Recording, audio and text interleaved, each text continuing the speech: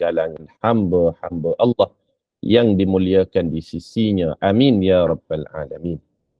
Saya dahului dengan ucapan tahmid kesyukuran alhamdulillah. Syukur pada Allah atas pertemuan pada pagi ini untuk kita membicarakan sebuah kitab iaitu kitab Al-Kabair. Dan pada pagi ini merupakan pertemuan kita kali yang ke-19.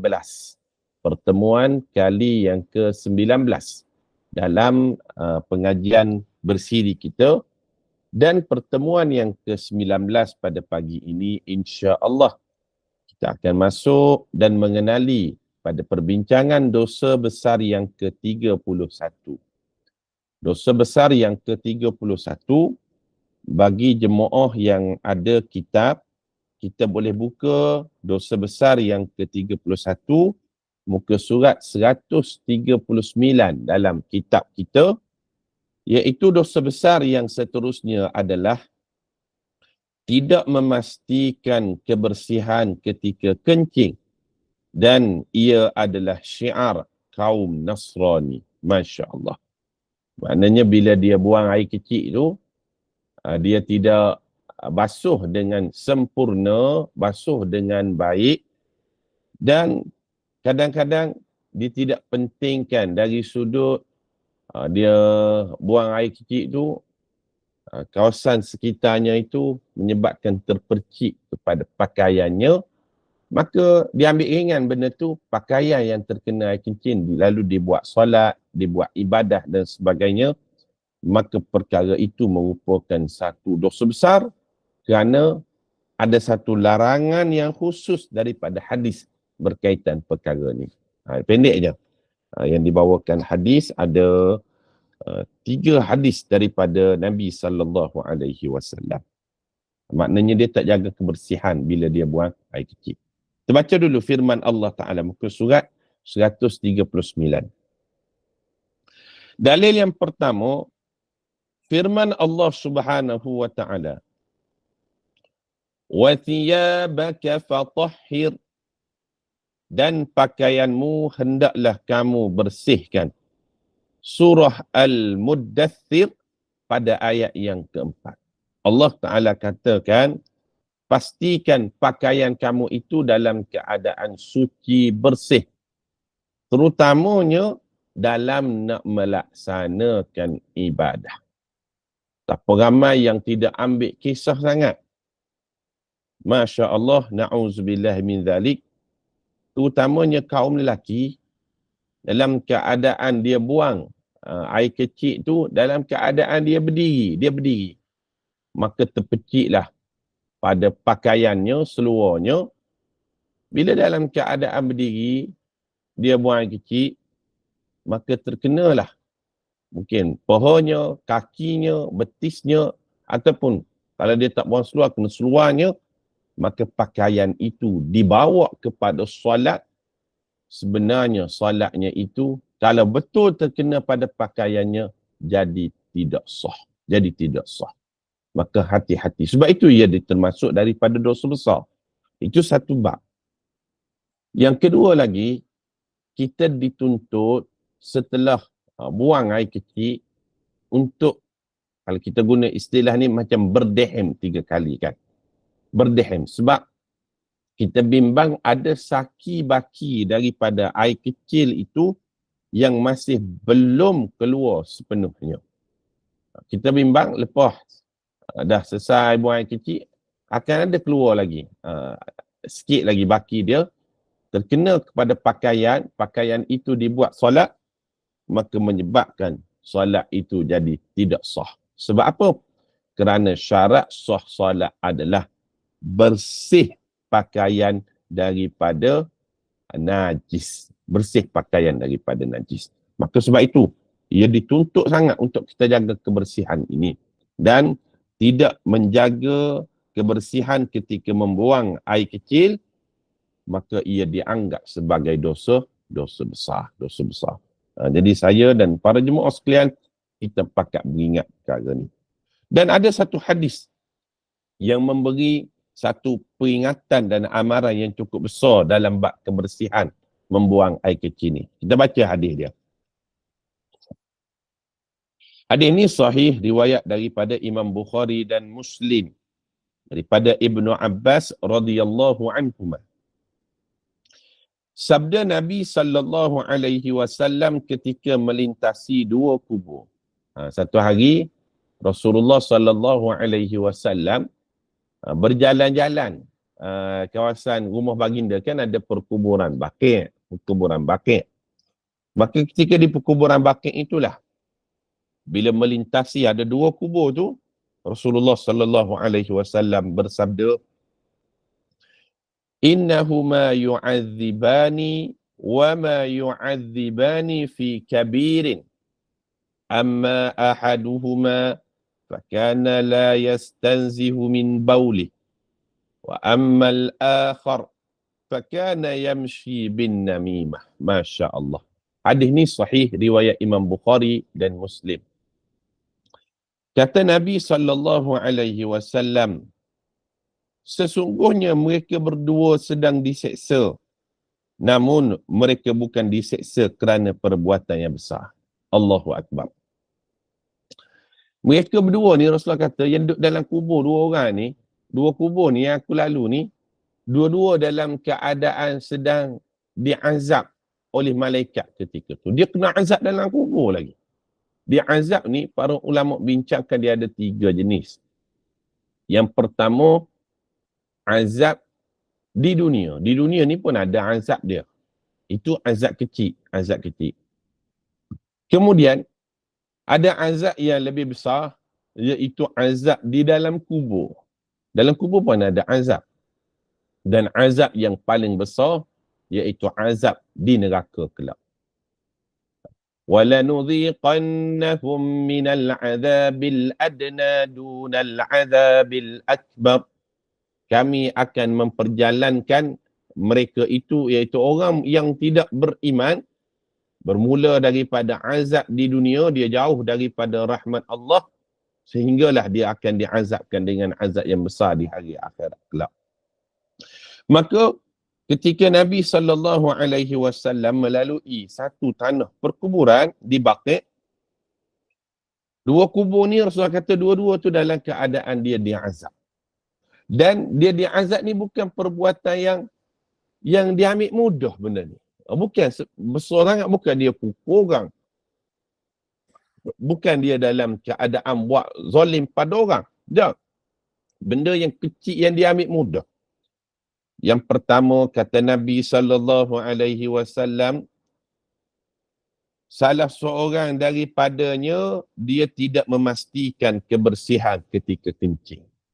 Dia azab di dalam kubur tu sebab apa? Dia ambil mudah ketika dia buang air kecil. Ambil mudah saja. Kecil pada pakaian ke, ataupun dia tidak berdehem pastikan semuanya sudah keluar ke. Dalam keadaan dia ambil mudah saja. Sekadar buang kecil macam tu saja. Ini yang pertama, lalu dia diazab.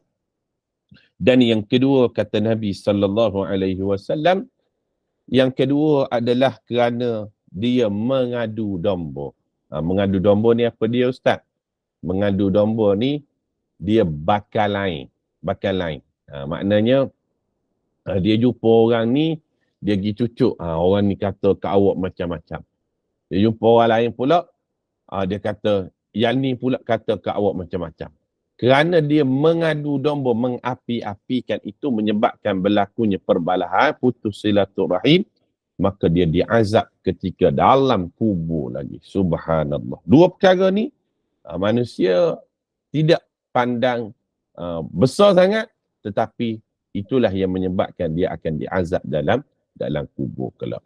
Pertama, tidak menjaga kebersihan selepas buang air kecil, sama ada kebersihan diri dia ataupun tempat dia buang tadi air kecil dia. Yang kedua tadi kerana an-namimah, kerana dia mengadu domba pada orang lain. Itu yang pertama daripada hadis. Kemudian dalam hadis yang lain, kebanyakan riwayat bagi hadis ini terdapat dalam kitab As-Sahihain, ialah fakana la yastatiru min bawlih. dia tidak menutup dirinya ketika sedang kencing. Tidak menutup dirinya ni dalam keadaan dia kencing dalam keadaan berdiri. Dia kencing dalam keadaan berdiri, menyebabkan habis mengalir najis tu ke tempat-tempat yang lain. Subhanallah. Itulah kadang-kadang kita nak menyinggah lah di RNR, stesen minyak ataupun tandas-tandas awam ni. Kadang-kadang kita rasa segan juga kan, sebab kita tak tahu orang buang air kecil tu dalam keadaan mana, mungkin terpercik ke lantai, dinding dan sebagainya. Kita pula pakai selipar ke, pakai kasut ke, habis terkena kaki kita. Kemudian kita nak bawa solat. Itu jadi kadang-kadang kita fikir panjang jugalah dalam bab ni. Sebab kita nak semayang lepas tu kan. Jadi, sebab itu Rasulullah sangat mementingkan dalam bab buang air kecil ni, kerana dia akan menyebabkan kepada sah ataupun tidak ibadat yang kita nak kerjakan. Kemudian muka surat 140. Dalil yang ketiga daripada hadis Nabi sallallahu alaihi wasallam. Diriwayatkan daripada Anas bin Malik radhiyallahu anhu daripada Nabi sallallahu alaihi wasallam, baginda bersabda, "Tanazzahu minal bauli." Tanazzahu minal bauli, kata Nabi sallallahu alaihi wasallam. Fa inna ammata azabil qabri minhu. Riwayat Darul Qutni. Bersihkanlah diri kamu daripada kencing, kerana sesungguhnya kebanyakan azab kubur berpunca daripadanya. Masya Allah. Banyak yang diazab dalam kubur tu, majoritinya kata Nabi sallallahu alaihi wasallam, puncanya kerana dia tidak jaga kebersihan selepas buang air kecil. Ramai yang kena tak lepas bab ni. Ramai yang sangkut lah, kalau kita guna istilah, ramai yang sangkut dalam kubur kelak, kena bab apa? Bab buang air kecil tu dia tidak jaga dengan sempurna. Satu, dia tidak jaga pada diri dia. Yang kedua, dia tidak jaga kepada tempat dia buang air kecil tadi, menyebabkan kalau orang lain nak guna, maka terkenalah yang dinamakan dengan kotoran air kecil tersebut. Maka kata Nabi SAW, kebanyakannya itu tidak lepas dalam bab menjaga kebersihan. Jadi saya nak sebut jugalah, terutamanya dalam bab orang yang ada anak kecil kan, kadang-kadang menyinggah ke tanda-tanda awam, anak-anak kecil yang tukar pampers, salin pakaian dan sebagainya. Kadang-kadang anak yang kencing tu ataupun dia buang najis tu tempat-tempat tempat yang ni lah, lantai dan sebagainya tidak bersihkan dengan baik, meninggalkan sisa kotoran. Maka benda ni menyebabkan ibadah orang lain itu jadi tidak sah. Allahu Akbar. Sebab dia main cucu air begitu je lah. Menyebabkan orang lain datang terkena pada pakaian dia. Menyebabkan pakaian dia tu jadi tidak bersih lagi, daripada dia tidak memahami tuntutan perkara tersebut. Maka kita belajar satu benda yang besar pada pagi ini dalam bab kebersihan, iaitu menjaga dalam keadaan pakaian kita pastikan tidak terkena kepada najis kotoran air kecil tadi. Itu dosa besar yang ke-31. Pendek je tajuk dia. Waalaikumsalam. Kalau kita masuk pandai, dan Ustaz kata tadi kan, tinggal kesal-kesal kencing kan. Tak jelas suara puan. Suara tak jelas. Kalau kita masuk tandas Ustaz kan. Ya, okey. Ustaz cakap tadi, kita tak kencing apa, kita terkena, kita pergi solat. Sebenarnya Ustaz, kita tak tahu benda tu. Terima kasih Ustaz. Okey, kalau tidak tahu, maknanya kita pergi tandas, maka terkenalah contohnya kotoran, najis dan sebagainya kan. Dalam keadaan kita tidak tahu, maka tidak mengapa. Tidak tahu maknanya ada tempat tadi itu ada najis. Sedangkan memang hakikatnya ada. Kita tidak tahu. maka rufi'al qalam, maka Allah tidak mengira perbuatan tersebut. Dan kalau kita bawa kepada solat sekalipun, solatnya akan jadi sah sebenarnya. Melainkan kalau kita tahu, nampak kotoran dia, nampak kan, kalau kencing tu nampak kuning-kuning kan, maka terkena pada pakaian, kita bawa solat juga dalam keadaan kita tahu itu adalah najis, dan solat kita jadi tidak sah. Tapi kalau kita tidak tahu, kita yakin pakaian kita ni bersih, maka dalam keadaan demikian, maka tetap sah solat kita, sekiranya kita tidak mengetahui perkara tersebut. Wallahu a'lam lah. Kemudian, dosa besar yang ke-32. Pendek-pendek je pagi ni. InsyaAllah kita sempat ambil dosa besar yang ke-33 nanti, insyaAllah. 3 pada cepat khatam kitab kita ni. Dosa besar yang ke-32 adalah orang yang selalu memungut cukai. 141. Dia kenakan cukai pada rakyatnya dalam keadaan si pemungut cukai itu bermewah-mewah. Itu juga adalah satu dosa besar. Dalilnya, Allah Subhanahu wa ta'ala berfirman, Innamas sabilu 'alal ladzina yadhlimuna an-nasa wa yabghuna fil ardi bighairil haqq. Ulaika lahum 'adzabun alim. Surah Asy-Syura pada ayat yang ke-42. Maksudnya, sesungguhnya jalan untuk menyalahkan hanyalah terhadap orang-orang yang melakukan kezaliman kepada manusia dan bermaharaja lela di muka bumi dengan tiada sebarang alasan yang benar. Mereka itulah orang-orang yang beroleh azab seksa yang tidak terperi sakitnya. Dia buat zalim, dia ambil harta orang susah melalui dikenakan pelbagai cukai, maka kata Allah, mereka ini melakukan kezaliman dalam keadaan mereka ni bermaharaja lela di atas muka bumi Allah, dia bermewah-mewahan. Ini satu peringatan yang tegas daripada Allah Subhanahu wa ta'ala. Dalil daripada hadis, baginda bersabda dalam sebuah hadis tentang wanita penzina yang membersihkan dirinya dengan menerima hukuman rejam. Kata Nabi sallallahu alaihi wasallam, laqad tabat taubatan law tabaha sahibul miksin la ghufira lahu aw la qubilat minhu. Riwayat Muslim. Kata baginda sallallahu alaihi wasallam, sesungguhnya wanita itu dia telah bertaubat dengan taubat yang sekiranya dilakukan oleh pemungut cukai, pasti si pemungut cukai akan diberi keampunan dan taubat wanita itu diterima. Allah Ta'ala nak bagi tahu, mana-mana orang yang zalim, kalau dia bertaubat sungguh-sungguh kepada Allah, lalu kalau melibatkan pula dosa dengan manusia, dia memohon kemaafan daripada orang lain, Allah akan terima sebenarnya taubatnya, sebagaimana si penzina yang memohon kepada Allah taubat dan Allah menerima taubat si penzina tersebut. Itu maksud hadis dia. Muka surat 142 ada sikit lagi huraian, pendek je. Dosa yang ke-32 ni.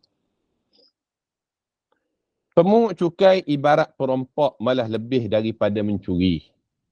Sesiapa yang menzalimi manusia dan membebankan mereka dengan pelbagai cukai, dia lebih zalim dan jahat berbanding orang yang memungutnya dengan adil dan mengasihani rakyatnya. Petugas yang mengutip cukai, penulisnya, orang yang menerimanya seperti askar, orang tua, pemilik senjata, mereka turut mendapat dosa memakan harta yang haram. Kita kalau pungut cukai sekalipun, dia pungut daripada orang yang kaya, dan kalau dia ambil secara umum dan dia kembalikan kepada orang yang memerlukan dalam bentuk cukai tersebut digunakan untuk pembangunan negara, itu para ulama benarkan. Tapi kalau dia pungut saja tanpa dia kembalikan balik kepada rakyat ataupun masyarakat dan dia bermewah-mewahan sahaja untuk pemimpin yang memungut cukai tadi, itu yang disebut sebagai zalim dan melakukan perkara yang haram. Dia pungut daripada orang yang kaya ataupun dia ambil juga sebahagian daripada orang yang miskin. Dan dia kembalikan cukai tersebut dalam bentuk program, dalam bentuk pembangunan. Dan dia ada buat skim-skim tertentu, bantuan kepada orang yang susah. Itu dibenarkanlah, itu dibenarkan. Tidak termasuk daripada ancaman ni. Ini bermaksud dosa besar yang ke-32 ni, dia pungut saja dan dia tidak agihkan. Inilah yang disebut sebagai dosa besar memungut cukai tadi. Itu selesai dosa besar yang ke-32. Dan last sekalilah kita ambil pada pagi ni, dosa besar yang ke-33. Muka surat 143 dalam kitab kita, iaitu riak yang termasuk dalam nifak. Riak ni buat sesuatu kerana nak menunjuk. Dia suka kalau orang puji. Suka kalau orang tahu amal dia. Suka kalau orang tahu sumbangan dia. Dan riak itu termasuk dalam nifak. Nifak ni maknanya kemunafikan. Munafik yang besar, munafik yang kecil. Munafik yang kecil salah satunya adalah riak. Munafik yang besar mengakui di depan manusia Tuhan yang sebenar adalah Allah, tetapi dalam hatinya dia tidak mengakui Tuhan yang sebenar adalah Allah. Itu munafik yang besar. Para ulama dia bezakan munafik ni dia ada dua jenis. Munafik yang hakiki, yang kedua munafik dari sudut perbuatan. Riak ni termasuk daripada munafik dari sudut perbuatan. Nifak munafik yang hakiki seperti geng Abdullah bin Ubay tu, yang kan dalam Quran kan ada satu surah yang khusus namanya surah Al-Munafiqun. Al-Munafiqun, orang munafik. Mereka ni di depan manusia lain kata Allah Tuhan, tetapi dalam hatinya tidak mengakui Allah adalah Tuhan. Itu munafik dari sudut hakiki. Dia riak ni dia ada beberapa pasangan dia lah. Riak, sum'ah, satu lagi kan. Sum'ah. Riak, sum'ah, takabur. Dia ada satu lagi, ujub. Dia ada ujub. Apa beza riak, sum'ah, takabur, ujub? Kalau riak, dia suka kalau orang lain tengok amalan dia. Ataupun dia nak bagi tahu apa yang kebaikan pernah dia buat. Itu namanya riak. Kalau sum'ah, dia suka kalau orang puji memuji dia. Kalau orang puji memuji dia, dia seronok. Itu namanya sum'ah. Kalau takabur, dia sentiasa membesarkan diri dia. Kalau tidak kerana sayalah yang buat ini, saya yang buat itu, dia takabur, membesarkan diri dia. Dan satu lagi ujub. Ujub ni dia merendah-rendahkan orang lain. Dia merendah-rendahkan orang lain. Kalau harapkan orang lain memang tak jadilah. Kalau nak harapkan orang lain memang tak akan sama dengan apa yang saya buat. Itu namanya ujub. Ujub ni merendah-rendahkan orang lain, mengangkat baku sendiri. Itu namanya ujub. Maka dosa besar yang ke-13 adalah riak. Riak suka kalau orang lain tengok dia beramal. Ataupun dia bagi tahu apa yang dia buat pada orang lain. Supaya orang tengok perbuatan dia tu. Itu termasuk daripada dosa besar. Kita tengok dalil daripada Al-Quran dan hadis. Firman Allah Subhanahu wa ta'ala. Muka surat 143 dalam kitab kita. Yura'una an-nasa wa la yadhkuruna Allah illa qalila. Surah An-Nisa ayat 142. Maksudnya, Mereka hanya bertujuan riak, memperlihatkan salat kepada manusia supaya disangka mereka ialah orang-orang yang beriman dan tidak pula mengingati Allah dengan mengerjakan salat melainkan sedikit sekali. Subhanallah. Allah Subhanahu wa taala sebut orang munafik pada zaman Nabi sallallahu alaihi wasallam, dia solat ni belakang Nabi, solat belakang Nabi. Kadang-kadang soft pertama lagi. Lepas imam tu memang dia dah. Tapi manusia tak perasan. Dalam hatinya itu dia solat kerana nak menunjuk-nunjuk. Bukan kerana Allah.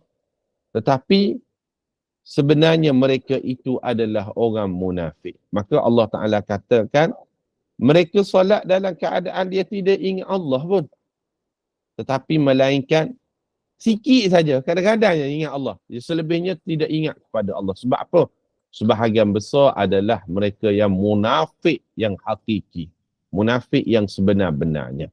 Mereka tidak menyembah Allah. Tetapi kerana nak dipuji, nak dinampak oleh orang, supaya ada kepentingan-kepentingan tertentu, mereka solat juga, tetapi dalam hatinya bukan kerana Allah lagi tak. Tapi kerana nak dapatkan pujian-pujian ataupun kepentingan-kepentingan tertentu tadi. Maka Allah sebut, ini yang pertama, orang yang riak ketika mendirikan solat. Dia lawan kepada riak ni namanya ikhlas. Ikhlas ni maknanya tidak bercampur dengan yang lain, melainkan hanya semata-mata kerana Allah. Itu ikhlas. Ikhlas ni lillahi ta'ala. Inna salati, salatku, wa nusuki, ibadatku, wa mahyaya, matiku, lillah, kerana Allah Subhanahu wa ta'ala. Itu kadang-kadang kalau kita buat sesuatu kerana Allah, janganlah kita berhenti kerana mulut manusia. Kita buat kebaikan kan, pastilah akan ada ujian, cabaran, manusia mengata macam-macam. Buat benda baik pun orang kata, buat benda tak baik pun orang kata juga. Maka buat je lah. Sebab kita buat, kita mulakan kerana Allah. Nak puaskan hati semua orang ni payah. Maka kita terus buat. Apa orang kata, kata je lah. Sebab kita buat kerana Allah. Kita bermula kerana Allah, kenapa nak berhenti kerana mulut manusia? Betul tak? Tanah Pahang, tanah purba, kaya dengan aneka sejarah. Sepatah kata sudah dikota, jangan mudah diubah-ubah. Getah dibakar dalam pelita untuk menyuluh dalam perigi. Sepatah kata sudah dikota, jangan mudah untuk ubah lagi. Semangat, semangat. Kata orang memang tak akan habis. Maka, kadang-kadang kita kena lawan lah. Cabaran kita orang beriman ni, kadang-kadang ada juga bisikan-bisikan tertentu supaya kita buat tu bukan kerana Allah. Kerana nak menunjuk, kerana nak bagi tahu orang dan sebagainya. Jangan kerana ada bisikan-bisikan tadi kita berhenti, jangan. Jangan menyebabkan perkara tu jadi kita lemah semangat. Kan saya buatkan jadi riak pula. Teruskan dalam masa yang sama kita perbaiki hati kita tadi agar menuju Allah dalam keikhlasan. InsyaAllah. Dalil yang kedua daripada Quran muka surat 143. Allah Subhanahu wa taala berfirman,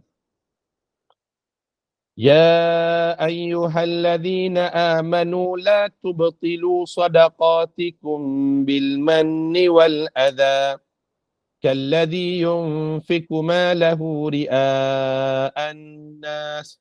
Surah Al-Baqarah ayat 264. Wahai orang-orang yang beriman, jangan rosakkan pahala amal sedekah kamu dengan ungkit-mengungkit dan juga menyakiti orang yang kamu sedekahkan. Seperti orang yang membelanjakan hartanya kerana nak menunjuk-nunjuk kepada manusia. Allah sebut, ada beberapa perkara yang boleh membatalkan pahala yang kita sudah buat. Dia buat amal soleh, dia buat pahala, dia buat kebajikan, dia buat kebaikan, dia tolong orang. Tetapi akhirnya dia tak dapat markah. Kalau istilah mudahnya, tak boleh markah. Sebab apa? Yang pertamanya, kerana dia mengungkit-ungkit pemberian dia. Kalau tidak kerana saya yang bangunkan surau, kalau tidak kerana saya yang usahakan, kalau bukan dia je yang hebat, maka pahalanya itu boleh jadi hilang. Itu yang pertama. Yang kedua, perlakuan yang boleh menghilangkan amal pahala kita adalah menyakitkan hati orang yang menerima. Awak tu ingat-ingat saya yang bagi kat awak tu, saya yang tolong awak tu, dia sakitkan hati orang yang menerima sumbangan. Maka perbuatan itu juga boleh menghilangkan pahala dia. Dan yang ketiga, perbuatan yang boleh menghilangkan pahala adalah ria'an nas. Dia menunjuk-nunjuk riak kepada manusia. Dia nak bagi tahu dialah yang buat. Hanya dia seorang saja yang buat.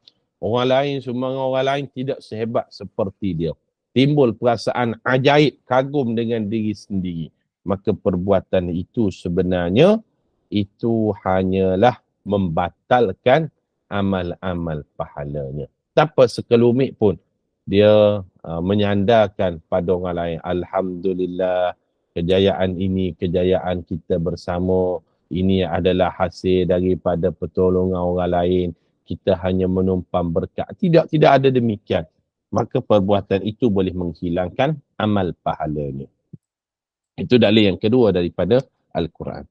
Kemudian dalil yang ketiga daripada hadis Nabi sallallahu alaihi wasallam, muka surat 143. Hadis ni panjang.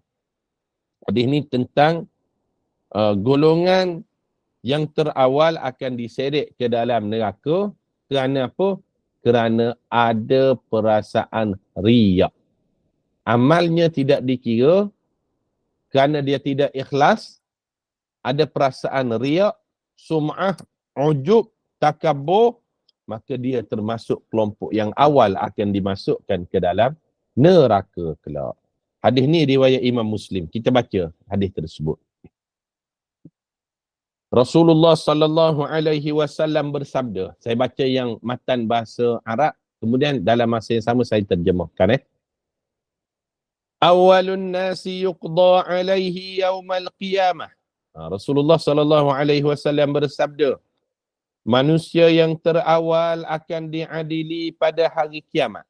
Siapa dia manusia yang awal yang akan diadili pada hari kiamat? Rajulun istushhida. Orang-orang yang digelar sebagai mati syahid. Orang mati syahid, orang yang awal akan diadili di hari akhirat kelak.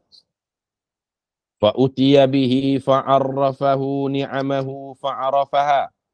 Maka bila didatangkan orang yang mati syahid, dibawakan kepadanya, ditanyakan kepadanya nikmat-nikmat yang pernah diberikan Allah. Allah tanya pada dia, ma'amilta fiha. Wahai orang yang mati syahid, awak dapat macam-macam nikmat dulu. Nikmat itu awak buat apa? Qala. Maka orang mati syahid jawab. Muka surat 144. Qataltu fika hatta stushhidtu. Wahai Allah, nikmat yang macam-macam tu aku gunakan pada jalan engkau. Aku berjihad pada jalan engkau sehingga aku mati syahid. Dia kata, wahai Allah, nikmat yang kau bagi tu, aku guna pada jalan kau, aku berjihad. Lalu aku mati syahid. Faqala, Allah jawab, kadzabta, awak ni penipu. Walakinnaka qatalta liyuqala jari'un. Awak berjihad tadi bukan kerana Allah, tapi nak digelar sebagai orang yang berani. Faqad qila, maka Allah harahkan kepada malaikat, thumma umira bihi fasubihi ba'ala wajhihi hatta ulqiya finnar. Allah harahkan malaikat, wahai malaikat, kamu heret orang yang mati syahid ini dalam keadaan wajahnya terlentang ke tanah, kemudian lemparkan dia dalam neraka. Subhanallah. Ini golongan yang paling awal akan masuk dalam neraka, orang yang digelar sebagai mati syahid tetapi dia berjihad itu bukan kerana Allah. Yang pertama. Yang kedua, akan diadili adalah rajulun ta'allamal ilma wa 'allamahu. Orang yang mengajarkan ilmu. Maknanya ustazah lah kalau kita. Wa qara'al Quran, dia mengajarkan Al-Quran. Fa'utiya bihi fa'arrafahu ni'amahu fa'arafaha.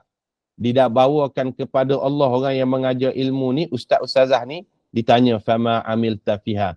Dengan ilmu awak tu, awak buat apa? Maka dia katakan, ta'allamtul ilma wa 'allamtuhu wa qara'tu fikal Qur'an. Wahai Allah, aku ajarkan ilmu pada orang, aku ajar Al-Quran pada orang. Allah katakan, kadzabta, awak ni menipu. Walakinnaka ta'allamta liyuqala 'alimun. Awak mengajar tu supaya digelar oleh orang, awak ni orang yang alim. Awak bukan buat kerana Allah, tetapi kerana nak mendapat gelaran dan kepentingan dunia. Kemudian Allah arahkan, thumma umira bihi fasuhiba ala wajhihi hatta ulqiya finnar. Wahai malaikat, heret mukanya dalam keadaan terlentang ke tanah, campurkan dia ke dalam neraka. Ini golongan kedua. Golongan yang ketiga, wa rajulun wassa'allahu alaih.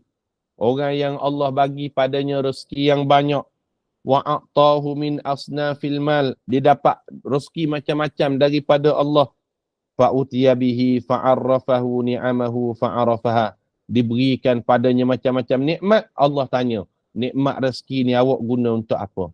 Lalu dia jawab, ma taraktu min sabilin tuhibbu an yunfaqa fiha illa anfaqtu fiha laka.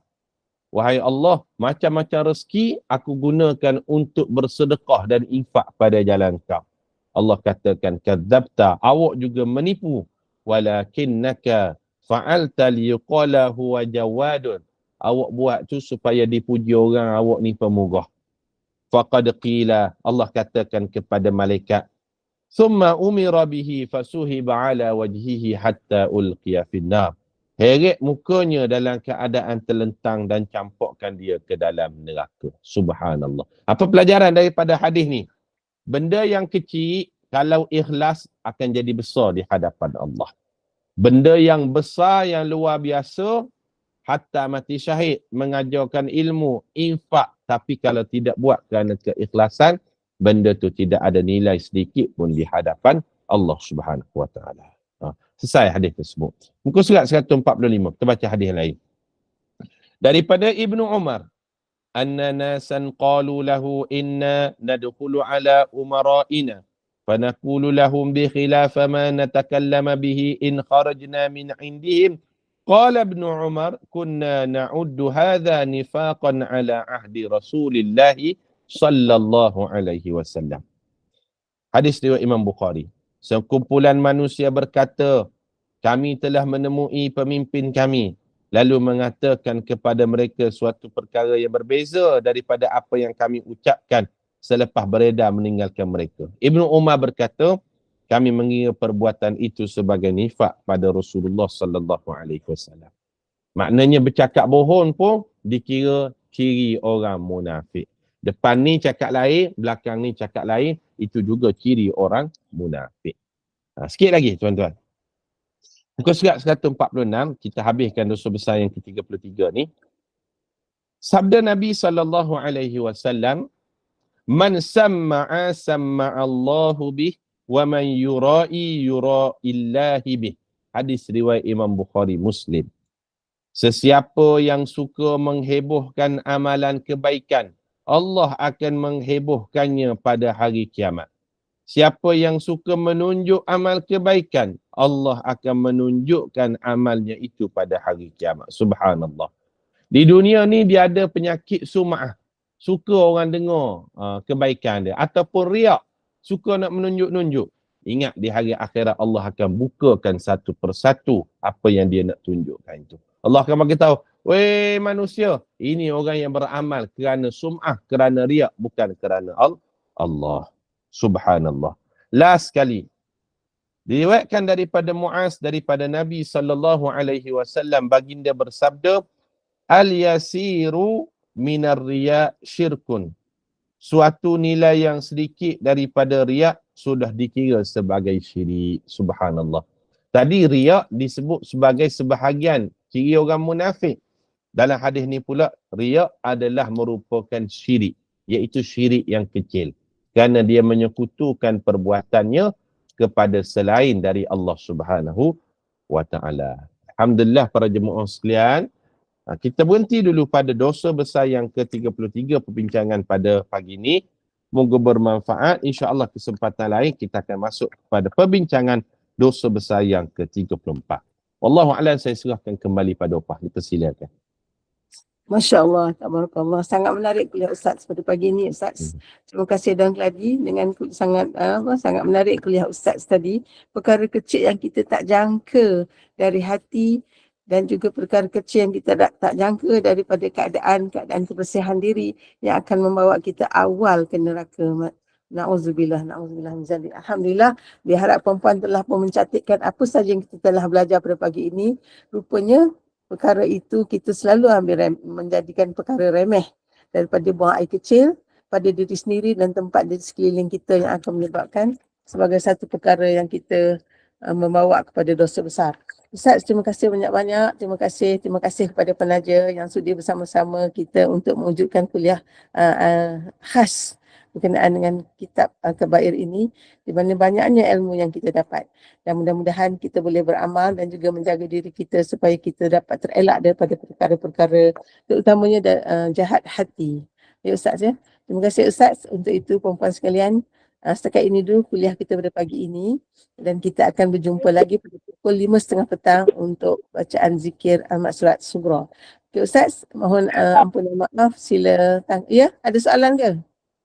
Tak ada kan? Kita tanya dulu. Ada apa? Ha? Apa dia? Ada soalan. Boleh ke Ustaz? Boleh. Silakan. Silakan Kak Noh, silakan. Assalamualaikum Ustaz. Waalaikumsalam warahmatullahi Kak Noh, silakan. Pasal riak tadi, adakah kita dikatakan riak bila kita menghadiri sesuatu majlis tetapi kita berpuasa dan bila ditanya kita bercakap benar memang kita berpuasa tapi kita menghadiri majlis, adakah itu dianggap riak? Okey, terima kasih. Satu soalan yang sangat baik daripada Kak Noh. Kita hadir ke sesuatu majlis, jadi orang pelawar lah. Jom ada sikit jamuan, sentuh sikit minum air. Maka kita katakan kita berpuasa. Adakah itu dikira riak? Tidak. Itu tidak dikira riak. Yang dikira riaknya, sebelum orang bagi tahu lagi, kita dah bagi tahu, saya puasa hari ni, saya puasa. Itu baru riak. Tapi kalau orang pelawar kita minta maaf, kita nak menjaga hati dia, kita cakaplah, minta maaf saya berpuasa ini, itu tidak dianggap riak. Yang riaknya kita duduk jaja, saya puasa. Orang lain yang tak tahu, jadi tahu. Itu yang dimaksudkan. Tadi itu kita nak menjernihkan, nak menjaga hati dia. Kenapa dia tak makan ni? Maka nak menjernihkan keadaan supaya tidak timbul su'uzon, buruk sangka, maka kita menjelaskan perkara yang sebenar. Menjelaskan perkara yang sebenar, ia tidak termasuk daripada riak. Sekadar untuk memberitahu. Wallahu'alam. Ustaz, Assalamualaikum Ustaz. Waalaikumsalam. Saya nak bertanya Ustaz, macam kalau kita bagi infak, contoh kita bagi infak tapi kita tak nak bagi tahu siapa-siapa tapi kita rasa macam kita ajak kawan kita, mai kita infak sekali, adakah kita rasa diri riak Ustaz? Kita nak kawan kita nak join sekali ke? Macam mana tu Ustaz? Terima kasih Ustaz. Dia berkaitan dengan hati. Kita tahu hati kita kan. Kita tahu hati kita. Orang yang riak ni, dalam hati dia tu dia nak menunjuk. Kita hanya sekadar mewawarkan, jom kita join infak, wakaf dan sebagainya. Adakah perkataan jom, marilah bersama-sama, itu termasuk daripada riak? Tidak. Riak ni dalam hati ni. Kita nak bagi tahu kitalah yang infak, kitalah yang paling mendahului, kitalah yang paling banyak. Itu yang dimaksudkan dengan riak tadi. Hanya sekadar nak menghebohkan perkara yang baik untuk sama-sama kita lakukan, maka ia termasuk daripada ruang lingkup fastabiqul khairat, berlumba-lumba melakukan kebaikan. Ataupun dalam ayat yang lain Allah Ta'ala sebut saling tolong-menolong dalam kebaikan dan takwa. Wa ta'awanu 'alal birri wat taqwa. Maka dalam kes tadi ia tidak termasuk daripada riak. Wallahu a'lam. Alhamdulillah, mudah-mudahan setakat ini dulu. Ada lagi soalan? Assalamualaikum Ustaz. Waalaikumsalam warahmatullahi. Saya nak tanya ya tentang tadi Ustaz ada cakap apa tu kencing berdiri tu apa tu satu dosa besar pada anak lelaki. Pada apa saya pernah cakap pada anak saya, tapi dia kata kat sekolah apa ni toilet kat sekolah, kat public tu semua kotor sangat dia kata. Dan kalau kita nak duduk dia kata Mami, ya adalah satu macam kotor dia kata. Kita terpaksa buat. Tu macam mana tu? Okey, itulah. Sekolah dia tempat-tempat lain tu memang keadaannya tidak mengizinkan lah. Betul, kekangan. Kadang-kadang kekangan tempat dan sebagainya kita tidak nafikan. Cuma kalau terpaksa jugalah. Tak ada pilihan lain. Bila tidak ada pilihan lain ni Islam, bila keadaan sempit maka Islam buka sedikit keluasan. Idza dhaqal amru ittasa'a. Bila keadaan jadi sempit maka ada sikit keluasan. Hatta kalau asalnya khinzir itu haram, tapi kes tertentu boleh dimakan. Maknanya bila sempit diluahkan. Macam kes tadi, kawasan sekitarnya kotor, maka kalau terpaksa jugalah kencing dalam keadaan berdiri, pastikan dalam keadaan minimum untuk terpercik air kencing tu ke kawasan sekitar tu dapat dikawal. Dapat dikawal. Kita tak boleh halang, pasti terpercik. Kita tak nampak ya ada percikan dia. Tapi pastikan dalam keadaan minimum lah benda tu. Itu sebagai alternatif lah. Sebaiknya duduk, tapi kes-kes tertentu mungkin sukar, benda tu bukan di luar daripada kawalan kita, maka pastikan ruangan untuk terpercik tu dalam keadaan paling minimum.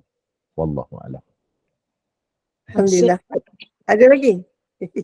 Ustaz, boleh ke? Ada soalan lagi ke perempuan? Kita tutup dululah. Assalamualaikum Ustaz. Lagi satu. Kalau kita boleh, kita terpaksa berdiri, kalau kita isyaratkan macam tunduk sikit macam kita duduk kan, tapi tak ada duduk betul atas tu, boleh ke? Itu boleh lah, boleh. Boleh. Yang dimaksudkan tu, yang dimaksudkan tu supaya kebersihan kawasan sekitar tu terjaga. Okey. Terima kasih. Alhamdulillah sangat jelas ya. Okey Ustaz, kita tangguhkan dulu majlis kita pada pagi ini dengan tasbih kafarah dan juga surat doa. Silakan. Bismillahirrahmanirrahim. Subhanakallahumma wa bihamdika nashhadu an la ilaha illa anta nastaghfiruka wa natubu ilaih. Bismillahirrahmanirrahim. Wal 'asri innal insana lafi khusr illa alladhina amanu wa 'amilus solihat wa tawasaw bil haqq wa tawasaw bis sabr. Terima kasih Opah dan seluruh pimpinan SPAK dan para jemaah. Temu di lain kesempatan. Assalamualaikum warahmatullahi wabarakatuh. Waalaikumsalam. Terima kasih.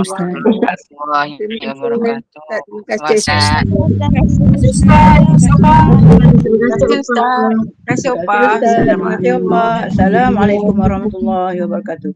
Waalaikumsalam. Terima kasih Opa. Terima kasih Opa. Mohon maafkan Terima kasih Ustaz.